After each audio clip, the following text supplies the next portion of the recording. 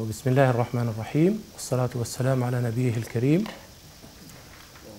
Distinguished guests, when I first saw the title, and I'm with the center, of course, I was really excited to learn about these four main concepts and issues, and I am eager actually to learn how our distinguished scholar will put them together and address them in a coherent way so that we can benefit and develop them, and not only to apply them in the Western context, perhaps in other also contexts in the world.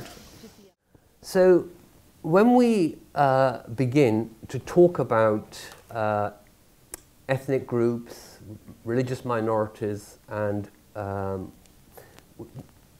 in multiculturalism, we have a kind of general concept that we call difference. And it is really a starting point for multiculturalism.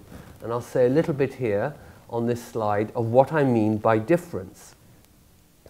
So I'm very much concerned with ethnic and religious group formations post-immigration, post-Second World War immigration to countries like Britain and France and Germany and so on. But the first point I make on the slide is that this idea of difference is not confined to the fact of migration or how long since migration. So it's not really about period of residency, for instance. Secondly, nor is it confined to economic relations. So those are two negatives, what it's not. What is it? Difference primarily refers to how people are identified, and that has two aspects.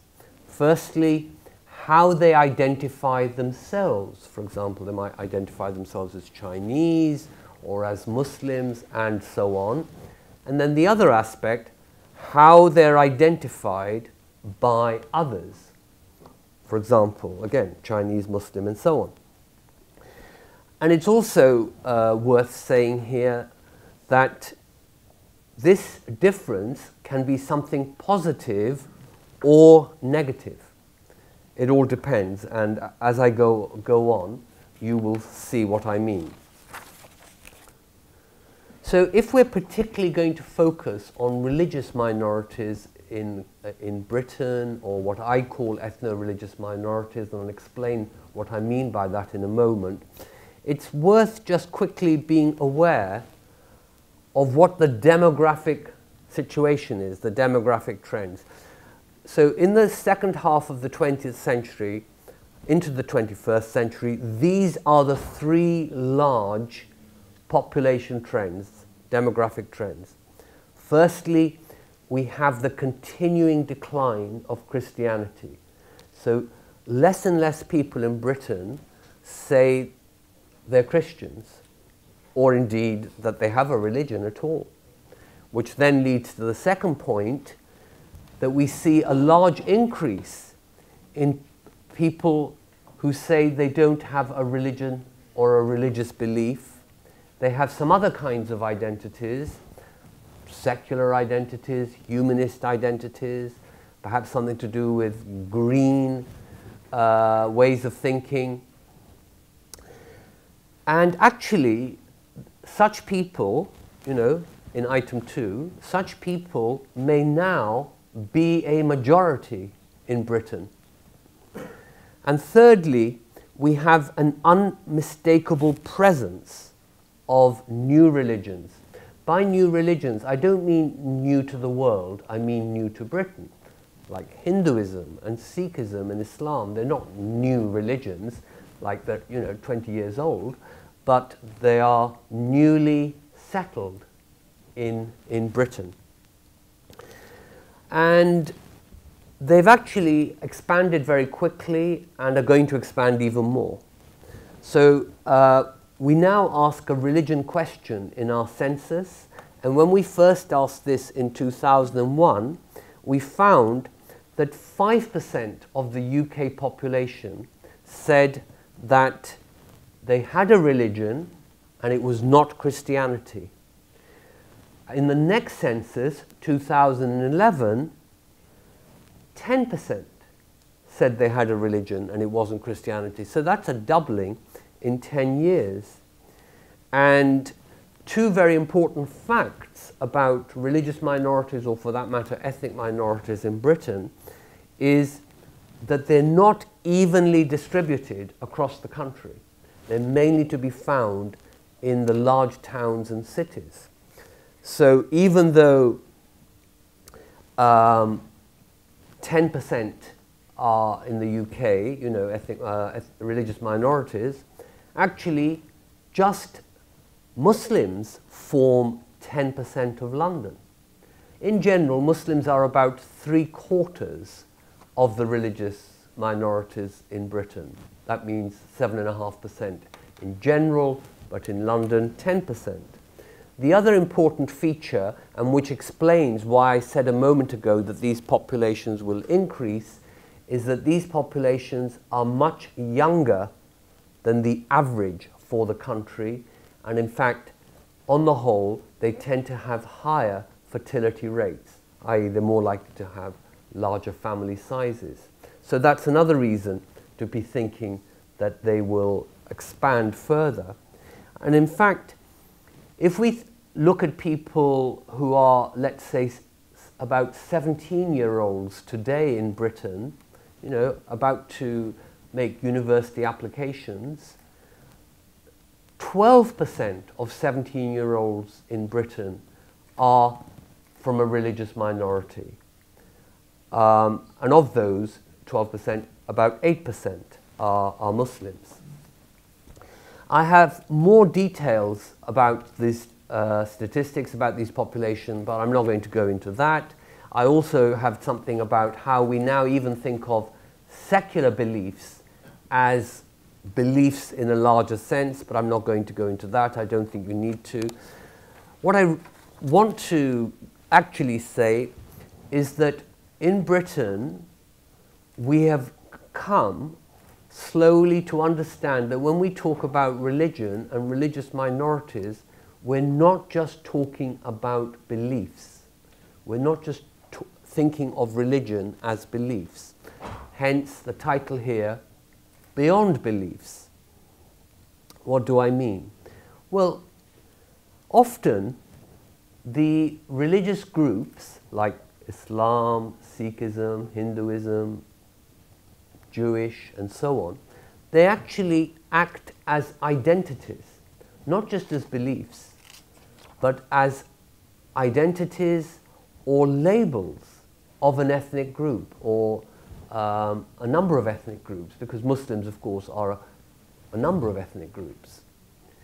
And this labeling and identity can come from the group itself, or it can come from others.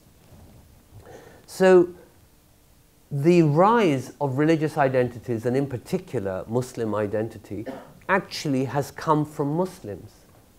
Muslims used to be identified as, over a number of years, number of decades, as black, then as Asian or Pakistani, Bangladeshi, and so on. But Muslims themselves, in the 1990s onwards, said, we are Muslims.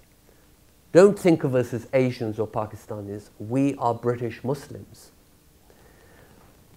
But of course, since then, and in particular since 2001, what people think of as the meaning of Muslim in Britain has changed quite considerably, and Muslims have lost control of their identity. So for a lot of people, if you ask in Britain, what does it mean to be a Muslim and so on, you know, ask non-Muslims, they will say something about, oh, these people are perhaps very conservative. They have, they are too religious, or they have a very aggressive religion, and so on. Things that Muslims don't want to say about themselves. But this is my point, that identities have this dual aspect. What a group wants to say about itself, and what others want to say about the group, because they both, through their interaction, form the social identity of that group. And how outsiders think about a minority, I tend to think in terms of what I say on the slide here, racialization. Now you might wonder why I might talk about racialization of Muslims when Muslims are not a race. Well, actually, the idea that a race is a biological group is just one meaning of race. It's by no means a definition or exhausts the meaning of race.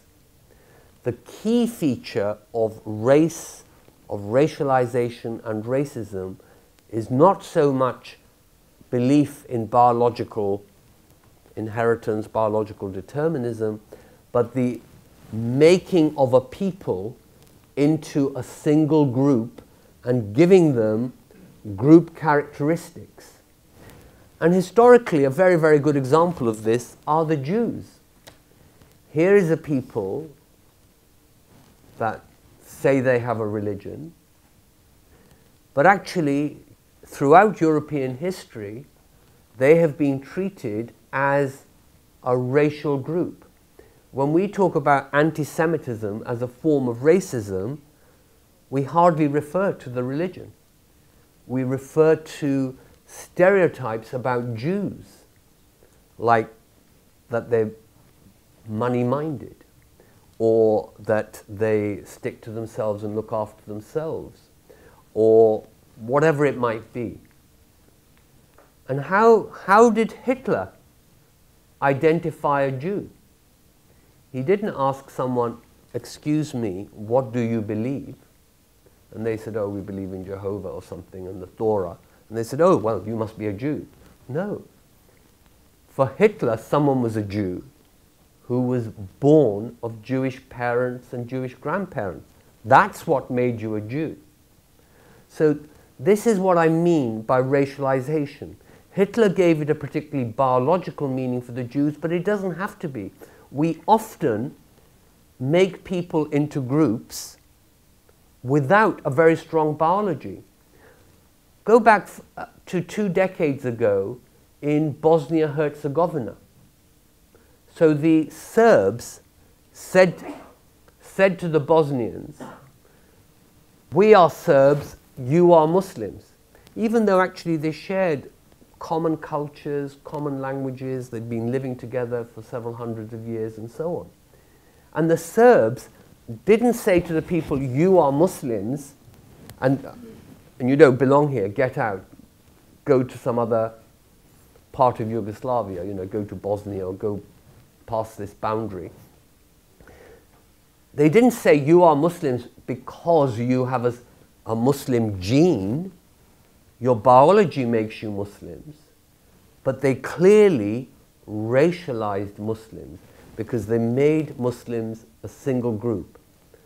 So it wasn't a matter of talking to Muslims to find out what they believe, find out, as it were, who are the good Muslims, who are the bad Muslims. It was just one group. You are all Muslims, get out of here.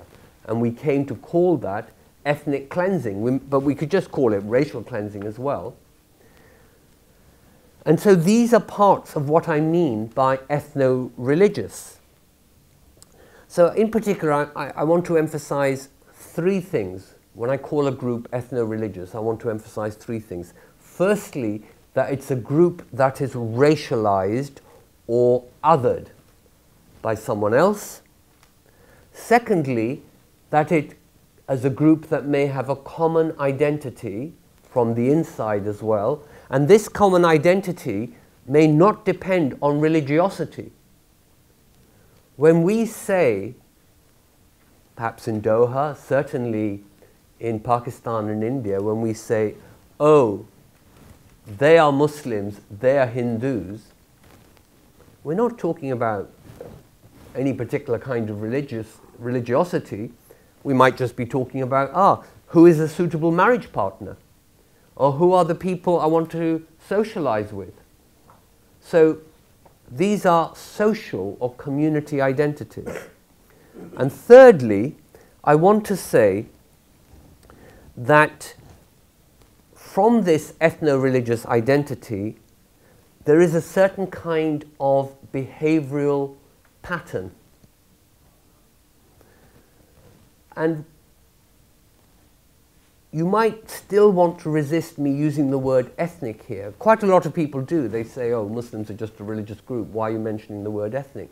But when I think about Britain, what is interesting is, you know, my family's from Pakistan, and in fact, Pakistanis are the single largest Muslim ethnic group in Britain. What is interesting is that supposing a good Pakistani Muslim man, good boy, he met someone at university who he thought was a suitable marriage partner, a nice Muslim woman, and he wanted to introduce her to his parents. And he took her home, or, you know, they had an appointment, they went to see his parents. And she was Somalian, or perhaps Turkish. The parents are unlikely to say, oh good, you've brought home a nice Muslim girl. They're likely to say, you know, privately, they're likely to say, what have you done? Who is she? Why have you brought her here? She's not one of us. So, but these are good Muslims. These are pious Muslims who care about being Muslims. But their idea of one of us is that they're Pakistanis. And this is not peculiar to Pakistanis. The Turks are the same. When they talk about, you know, we want to spend time with other Muslims, we want to marry other Muslims and so on, they really mean other Turks. And nearly all of our mosques, certainly 90%, if you go to a mosque in Britain, you'll find one ethnic group. It'll be a Pakistani mosque, a Bangladeshi mosque, an Arab mosque, a Turkish mosque. So this is another reason why I call them ethno-religious. They may say they're Muslims, but the image they have in their head of what they mean when they say Muslim is someone like us, someone of our ethnic group. So this is why ethnic and religious fuse together to create the social identity, the social group formation. Moving down the slide, another feature of ethno-religious, so this is, if you like, the fourth feature, or maybe it's just the third actually, is that it involves some practice. People do things, some public performance. They want to display their faith, like wear certain kinds of clothes or not wear certain kinds of clothes, eat certain kind of food or not eat certain kind of food, you know, wear a headscarf, eat kosher food, halal food and so on. Now you might say, well, this is obvious, isn't it? But actually it's not so common in Britain at all. The way that Christianity, in particular Protestant Christianity, has been developing over the decades and perhaps even longer, over generations, in Western Europe is, if I exaggerate just a little to point to the end point, not everybody gets to the end point, but everyone moves in that direction, actually their view is you don't need to do anything to be a Christian. You don't need to go to church. You don't need to wear a cross, because your Christianity is in your heart. And you don't even have to have any special beliefs like doctrines, because a lot of Christians today don't even know what their doctrines are. You know, there are bishops and people who obviously know and who try and tell people. But surveys show that a lot of people in Britain have no idea about the key doctrines of the Christian faith. And even they might call themselves Christians. I mean, sincerely call themselves Christians. So it is the minority religions that are saying we have to perform our religion. On the whole, modern Christianity is not about performance. It is about attitude, and insofar as it's about behavior, it's about something like loving thy neighbor. But loving thy neighbor can mean lots and lots of different things. If we have, I don't know, 40, 50 people in the room, and we all asked, what does loving thy neighbor means? We might give 40, 50 answers. It's not like salat or fasting that everybody does the same thing. That's what I mean when I say you can be a Christian without doing anything in particular. Of course, you should be loving your neighbor. Of course, that is what it is to be a good Christian. But loving the neighbor means so many different things, it doesn't mean anything specific. But because for the minorities, not just Muslims, but for Sikhs, Jews and Hindus as well, their religion means a performance, eating or not eating certain foods and so on. We now have a situation where we need our institutions like government and law courts, but also just schools and universities, hospitals and workplaces, to adapt to the needs of religious minorities, to provide halal food, to have places for prayer, to recognize that people don't want to come to work on their holy days, like, say, Diwali, and so on. That's what I mean by institutional adaptation and accommodation. And in many ways, this is what multiculturalism is, about institutional adaptation and accommodation, and ethno-religious minorities are the frontier of multiculturalism. They weren't always. When we started in Britain, we were very focused on colour. But we haven't lost that, but we've gone well beyond that. We've complexified that much more with the kinds of things I'm talking about at the moment. And I'll explain a little bit more of that in the next slide. Because what we've done is we've gone from anti-racism to something to do with accommodating religion. So what might that mean? I've got a couple of things on this slide here. So firstly, we think of anti-racism as anti-discrimination. You shouldn't discriminate against people because of their appearance, because of their so-called race, colour, and so on. Well, that's easy. We just say we shouldn't discriminate against people in terms of their religious community membership. So that's very easy. Secondly, one of the things that anti-racism has come to mean is positive identity affirmation. What do I mean by that? Well, I give you 3 examples of what I mean by positive identity affirmation. The first one, turning a negative into a positive. And this actually came from the United States. A lot of you in this room are too young to remember, but there was a time when black was regarded as quite a rude term in Britain, in the United States, and in similar countries. So the BBC and politicians, they used to talk about coloured people, this coloured gentleman, and so on. They didn't used to talk about black people. And this was particularly the case in America.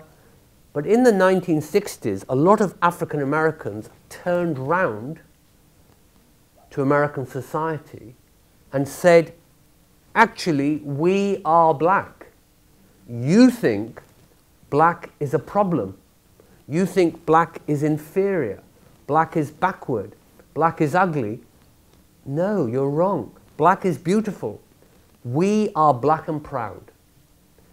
And if you think there's something wrong with that, that's your problem, not ours. And of course, since the 1960s, black is regarded as a very positive identity in Britain as well as in the United States and so on. So you can see what the African Americans did. They turned the negative meaning of black into a positively affirmed group identity. So that's one strategy. But in Britain, we've had that, but we've also had the other 2 strategies. So number 2 is where a group refuses a racialized identity for an ethnic identity. What I mean by that is, for instance, so to begin with, and this happened in particular with some kind of black and Asian radicals in Britain. They said, we're all black. If you're not white, you're black. But a lot of people from places like Pakistan, India, Bangladesh, and so on, people like myself, we said, but it doesn't mean anything to us to say we're black. For people of African descent, it has a positive meaning. They've created a positive meaning out of it. But it means nothing to us. How could we possibly create a positive meaning out of something that doesn't connect to us? Whereas if we say we're Pakistanis, if we say we're British Pakistanis, that's some kind of a positive identity for us. And that's an ethnic identity. Or if we want to share a common identity with others from the same part of the world, like India and Bangladesh, we started thinking of ourselves as Asian. Asian being short for South Asian. Do you see what I mean? So what we did was we refused the racialized identity as black. We didn't want to turn it into a positive identity. We just said, sorry, that's not our identity. And we chose to affirm an ethnic identity like Indian, Bangladeshi, Pakistani, or Asian. The third possibility, which we also now have seen in Britain, especially in the 1990s onwards, is where a group refuses a racialized or even an ethnic identity for a religious identity. And the main group that has done that in Britain are indeed the Muslims. Not only the Muslims, but the Muslims have done it more than anybody else. They say, look, we don't care about all these other labels, especially the older settled groups, meaning those from Pakistan, India, and Bangladesh. So quite a lot of second and third generation people, say from Pakistan, they say, look, Pakistan's got nothing to do with me. It's where my grandparents came from. I'm British and I'm Muslim.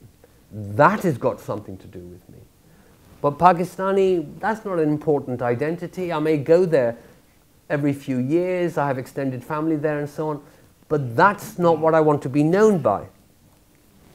So this is what how anti-racism can connect with the affirmation of religious identities. And so we can then start thinking about religious equality in the ways that we have been thinking about racial equality. So here I've got three things that I think could be encompassed within the concept of religious equality. Firstly, no religious discrimination. Well, that's easy to understand, I think. Secondly, even-handedness with native religions. This is a little bit more difficult to understand, and I'll explain it a little bit more as I go along. Because even-handedness is not the same as sameness. Because sameness is where you say, well, the government funds Christian schools, so it should also fund Muslim schools. Well, okay, all right, there's an argument there. But that's really a bit like the no religious discrimination case. But the government doesn't provide any special meals to Christians at school or anywhere else. But some Muslims and Jewish people and Hindus think they should be given some special meals. Dietary provisions should be respected. So it's not just about sameness. So some people have come up with the term even-handedness. I prefer, my own way of putting it is that we must attend to the distinct needs of different groups, rather than say everybody gets the same. And thirdly, positive inclusion of religious groups qua religious groups. So qua is just a short Latin word meaning as. So inclusion of religious groups as religious groups, and not merely as black people or as Pakistanis, but also including them as Muslims, Hindus, Sikhs, and so on. So let me turn to Islamophobia, which of course is central to the Muslim equality project, the Muslim equality campaigning. I think of Islamophobia actually very much in terms of racism, but I must mention something here that is quite amusing, and that is no one seems to be able to establish who invented the concept or the term Islamophobia. So some people have done research, both online research and archival research, and they say, more than one of them, several of them, say that the two oldest articles that have the term Islamophobia in them are written by me from 1990 and 1991. And this is very odd because I have no memory of inventing the concept of Islamophobia, and I think I would remember it if I did invent it. So, I don't know, I must have got it from somewhere, but maybe from conversations with other Muslims and not from any written stuff.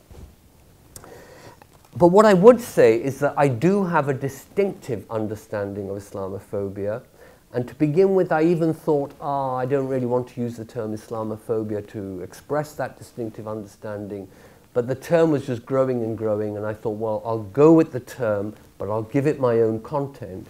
And what is good is that the way that I've defined Islamophobia is becoming the dominant way. So other definitions of Islamophobia are now less prevalent.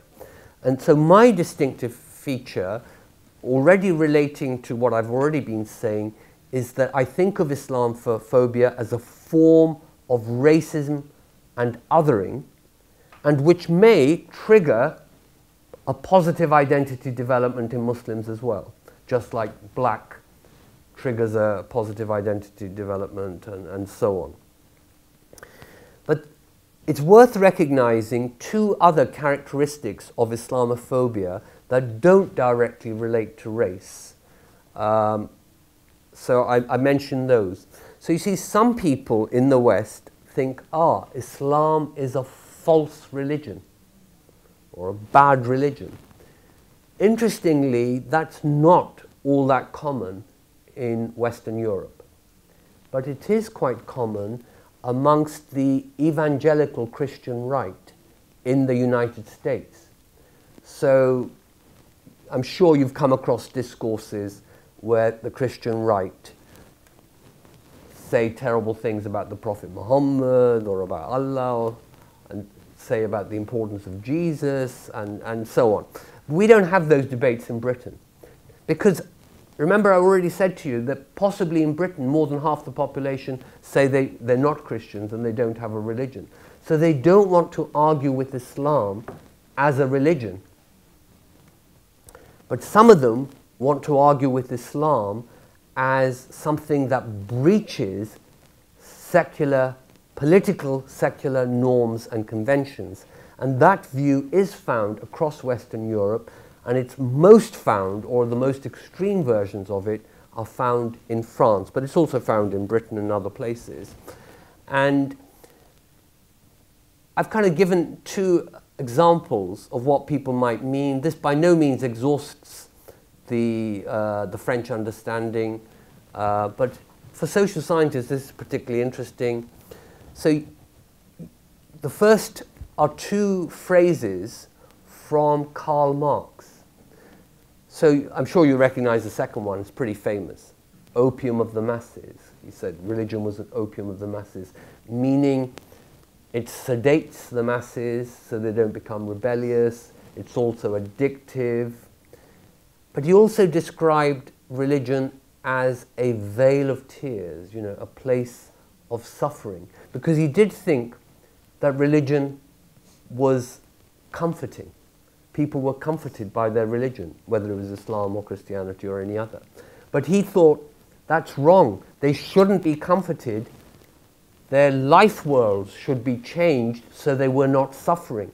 What was needed was not to give them, as it were, a comfort blanket, but to change the world so that they didn't experience the suffering, the poverty, the exploitation, the domination, and so on. And this is part of Western thinking. When they say, look, we're on the same side as Muslims, we want to help Muslims, we want equality for Muslims, but actually the religion can get in the way. We want equality for Muslims, but we don't want to take their religion too seriously, and we don't want them to take their religion too seriously. We want them to be equal citizens. So that's part of one European secularist thinking, which you can clearly see how it can go in an Islamophobic direction, and indeed it does. But there is a kind of intellectual basis. It's not a sheer prejudice. And this is the odd thing, that we now have Islamophobic discourses in Western Europe and the United States that do have some intellectual content. They're not simply prejudice. And the second one is where people argue, well, religion has to be explained in terms of materialism and Enlightenment rationalism. It's very close to the first. I won't say anything more about that, especially as I'm conscious of the time. So trying to bring what I've been saying together into what I want to say about religion and equality, for me, questions of religious diversity and equality are a natural extension of ethnic diversity and racial equality within multiculturalism. They're a natural extension, and that's exactly how a lot of people, including policymakers, have come to see it in Britain. But not everybody, including not all egalitarians, not all equality-minded people. Because they say to me, and people like me, they say, religion is different from all the other things that we are battling for equality. Because all those other things, like race, ethnicity, gender, sexuality, these are things that are not chosen. We are born black, brown, or yellow. We're born male or female, etc., etc. And they say, surely religion is different. People choose their religion. And if they choose their religion, why should they expect some kind of legal protection for their choices? People should then be able to say, hey, you know, you've made a bad choice. That's a silly religion you got there. Whereas it's wrong to say to a black person or to a Chinese, hey, you look awful, you smell, and so on, when that's just their biology. So how do I respond to this argument? Because I don't think the argument is correct. Because I actually think there is a real true sense in which we are born Muslims. Nobody chooses to be born Muslim. We're just born into a Muslim family, or a Christian one, or some no religious family one, or whatever. And as we grow up and so on, of course, we can affirm the religion of our upbringing, or we can reinterpret it, or we can affirm some of it and reject some other part of it, or we can walk away from it, and so on. So yes, choices do play a role, but actually, that is exactly the same with other identities. When people say, I'm black, and so on, they don't just mean sheer biology. They're usually talking about, like, for instance, in Britain, we have something called Black History Month. And they say, we black people need to know our history. So that's affirming an identity. Because there are some black people, probably only a small minority, but there are some black people who say, I'm black, but so what? It's got nothing to do with me, really. So, and you know, I gave the example of the Jews and Bosnia and so on, where people don't choose to be Muslims.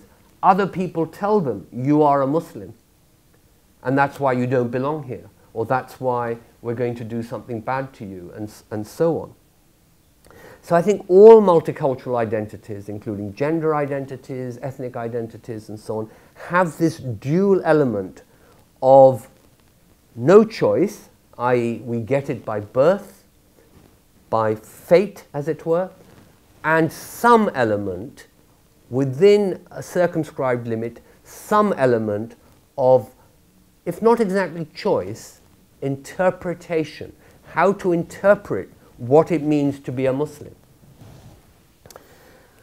And it's for all these reasons that I then conclude with the point at the bottom, which is, so civic and institutional space should not always be religion blind. I'm sure you've come across the term colour blind. You know, some liberals say, yes, I believe in equality, but we shouldn't be talking about colour and race all the time. We should be colour blind. But we see that's a very bad strategy for equality. It just doesn't work because we don't have a way of challenging racism if we're colour blind. So I want to say we shouldn't be religion blind. And if we're not religion blind, then I think religious equality is a challenge to radical secularism, because it means that radical secularism is not compatible with multicultural equality. And I'll explain that by concepts of equality. I think there are two concepts of equality. One is what I'll refer to as a classic liberal concept, and I think then what multiculturalists have done is that they have added to that by coming up with a new and distinctive concept of equality, but which is additional to the first. It's not a substitute for the first. We can't do without the first. It's too basic. So this is the first concept of equality, number one. So I've got here that it consists of equal rights, non-discrimination, and it's basically, if we say, if they have this, then we should have this, or this group should have this as well. If the state funds Christian schools, then it's only fair and equal that it should fund Muslim schools and Jewish schools and so on. Yes, I agree with that. But I've got here note that there are two ways of interpreting this, and they're both used in a country like Britain and elsewhere. One way is what I call equalizing downwards. So some people, and this is not a joke, some people have this as their serious politics. They say, it's not fair on Muslims that the state doesn't fund their schools, but funds Christian schools. The state really should stop funding Christian schools. And then if whatever privilege the Christians had, they'll come down, oh, they're on the same level as Muslims. Neither has funded schools, we've achieved equality. Well, of course, I don't take that very seriously. I don't think that's equality. So the equality strategy is the other one, equalizing upwards, which is giving Muslims and others the same provision as currently enjoyed by Christians, though we might have to tweak it a little bit in the light of what I said earlier about even-handedness rather than just sameness. Anyway, that's the first concept of equality, which I just take to be a liberal equality concept. But multiculturalism goes beyond liberal equality with this concept. Equality as respect for difference, which can require differential treatment, as the important thing is to focus on a group's needs as well as on what provision is generally available. For example, Christians have no dietary needs that are met at school, but that is not a reason to deny Muslims and Jews kosher or halal meals. So we have to find a way of being equal where we satisfy the distinctive needs of groups and not just offer equality as sameness. So I hope you can understand the difference. So the first concept is just liberal equality as sameness, but it's not good enough. So multiculturalism consists of adding this second concept. I'm now going to omit a lot because I arrived late and so on. Obviously we have less time, so I say something about the majority, but I'm going to leave that out. And I'm going to leave this concept out as well, multicultural nationalism. I don't have time to go into it. If you're interested, you can ask me about it. But I'll turn now to my fourth concept, moderate secularism, because I think it kind of fits better with what I've been saying so far about the place of religion, Islamophobia, secularism, and so on. And also, I think it is more relevant and perhaps challenging for a Muslim audience. So I turn to this final concept, moderate secularism.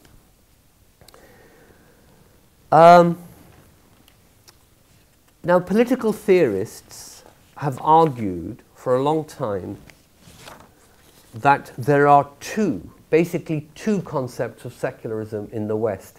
And I ought to quickly emphasize that I'm only talking about political secularism. So some of you may think secularism is to do with that God doesn't exist, or something to do with the materialistic explanations of the world or evolution or anything like that. I'm not interested in any of those questions. They're not relevant to my argument. My argument stands or falls regardless of those questions. I'm only interested in modes of political secularism, not what I might call belief secularism or metaphysical secularism.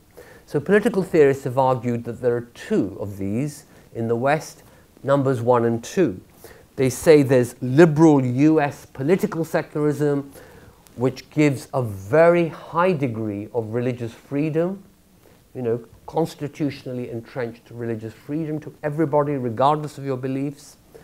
But at the same time, there is what they call a wall of separation in the Constitution between church and state. That's one model, one mode of secularism. Then the other one is the French model, the Republican model that the French called laïcité, which is that actually the equality of citizenship means that you don't bring religion into the public space. Because if you bring your religion into the public space, other people bring their religion and so on, then people are marked by some other identity other than their citizenship identity. And the French think that this is destructive of equal citizenship. I don't agree with them, and I haven't got quite the time to go into that into any further detail than I've done already. But till very recently, political theorists argued that these were the only two modes of secularism in the West. But I've added by creating the concept of moderate secularism. And what I've tried to do is I've tried to create a concept which has traction, which is based on sociologically what exists. So it's not just an abstract ideal. And it, of course, has a normative logic, but I want it to be about how Western Europe actually is, because most of Western Europe is not like France, which is really amusing because Britain's always supposed to be the exception in Europe. Now we're leaving the European Union. But in this respect, moderate secularism, we are the norm in Europe. It's the French that are the exception. And so to describe what kind of secularism we have in Britain and in Germany and the Netherlands and the Nordic countries, I've created this, what I call a sociologically grounded understanding of secularism. And I'll give you an explanation of that, and then I'll more or less reach the end of my presentation.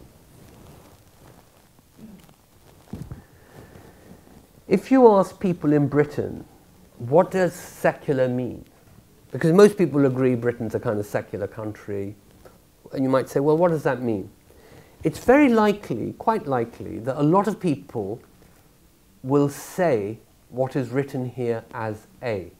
They'll say something like, well, it means that religion is a private matter and that the state and public institutions may act to confine it thus. But then if you point out to them, well, but the Church of England is recognized in our constitution. We have bishops sitting in our second legislative chamber, the House of Lords. Our head of state, Queen Elizabeth II, is the supreme governor of the Church of England. We fund, the state funds out of taxpayer money, church, schools, etc., etc., etc. Then they'll say yes, because these are all true facts. Then they'll say something like B. They'll say, yes, okay, religion has something to contribute to the public good, but it should do so within liberal democratic, constitutionalist, or institutional norms and framework. So I think that A is the unreflective understanding that a lot of people in Britain have, and which actually is not consistent with real world, with the sociology and politics of Britain. And B is what people will, on a little bit of reflection, say, and that is actually the kind of secular country that we are. So I'll expand that by giving you 5 features that I've identified, or if you like, made up. I mean, not made up exactly, extracted from my sociological understanding of what I think moderate secularism is. Those of you who are sociologists, you might think of moderate secularism, you know, in my understanding, as a kind of Weberian ideal type. Okay, so here's number 1. The understanding is that politics and religion are mutually autonomous. Now, do you understand the word autonomy? You know, we say the parts of a country are autonomous. Like, if we think about Spain for a minute, Catalan is an autonomous province within Spain, but it is part of Spain. It's not separate from Spain, though some people would like it to be separate from Spain. Do you see what I mean? So that's the difference between separate and autonomy. Autonomy means, yes, you get on with your own things. Catalonia has a lot of powers to run its own affairs, but you are connected. You're not separate from the other thing, Spain. So it's not mutual exclusion, but nor is it one-sided control. So my point is that Western Europe does not understand secularism as separation, not absolute separation, some separation, which I call mutual autonomy. And so, if you like, examples of what wouldn't be moderate secularism would be something like the Velayat-e-Faqih. If the supreme leader of the faith can veto a sovereign parliament, then obviously that is one-sided control. And secularism is not consistent with one-sided control. But nor is it consistent with the old Soviet Union, which suppresses religion.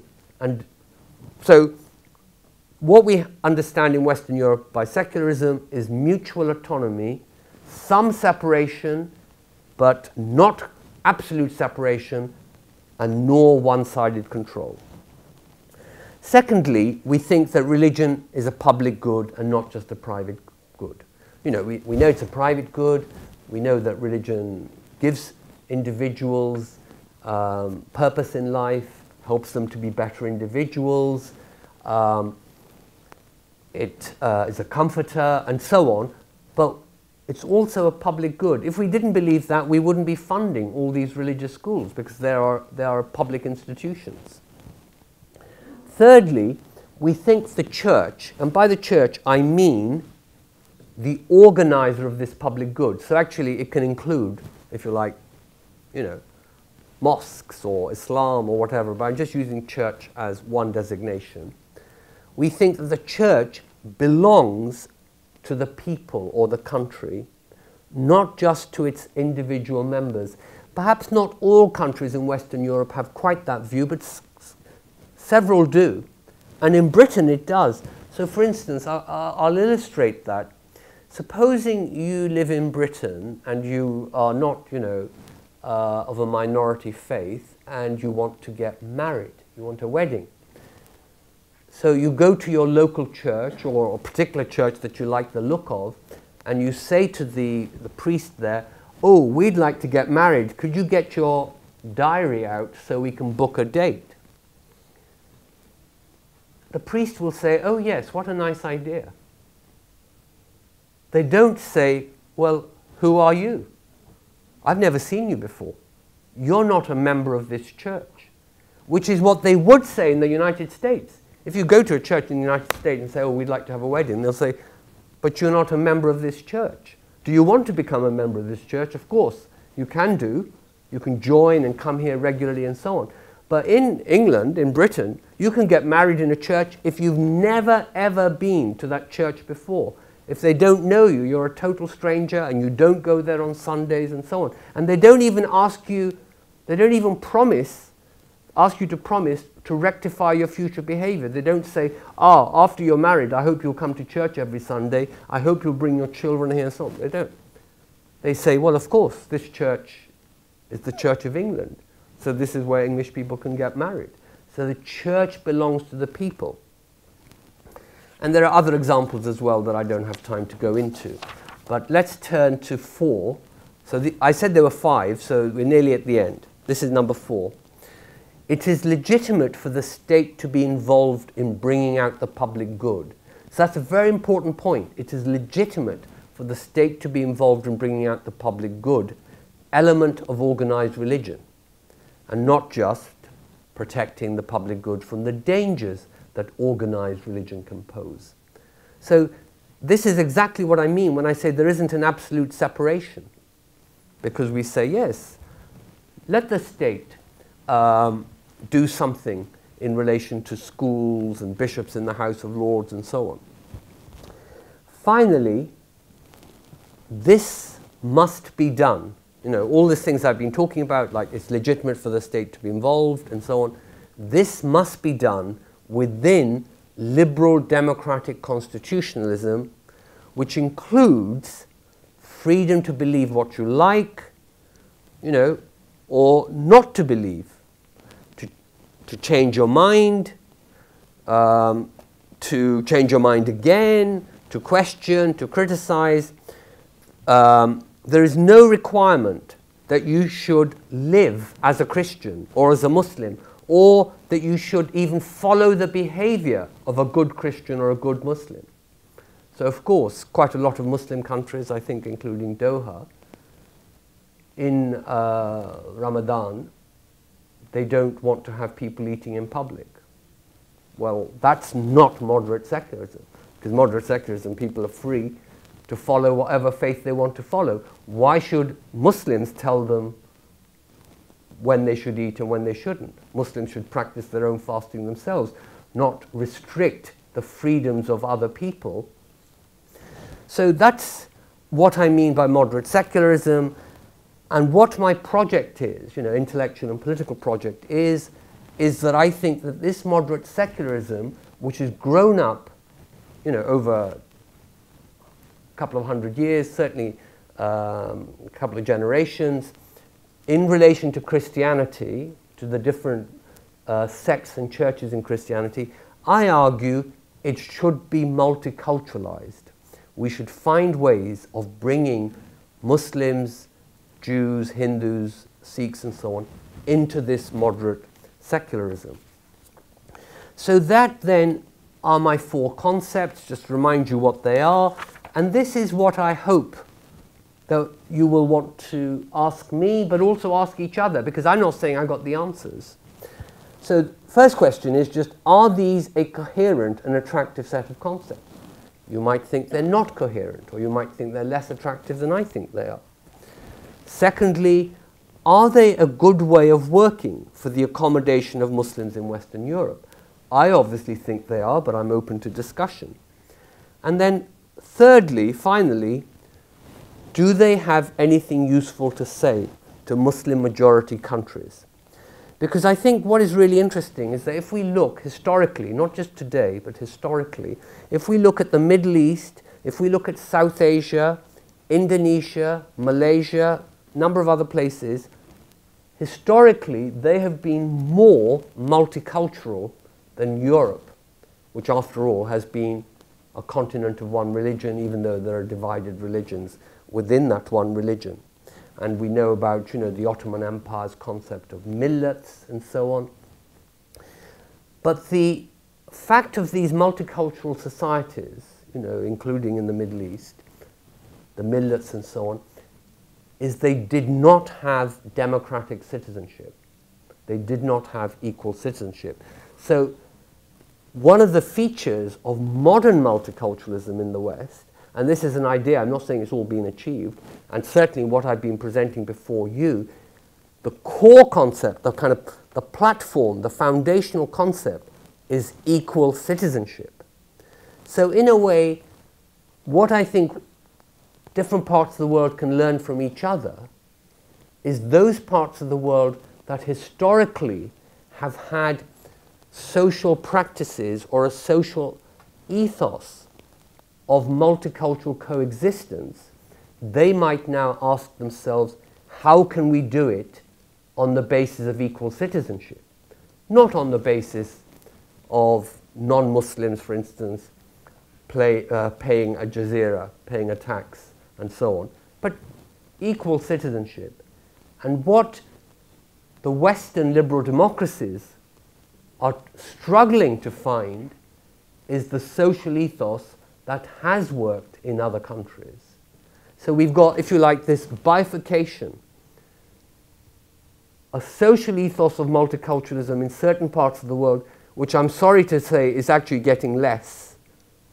It's not even stable. Most countries are moving towards a kind of majoritarian nationalism, and a democratic equal citizenship in other parts of the world. And part of what I mean by multiculturalism might be that these parts of the world learning from each other, not necessarily them producing a replication across the globe, but learning from each other to find something that works and is more or less consistent with the kinds of ideas I've been putting here. Thank you very much.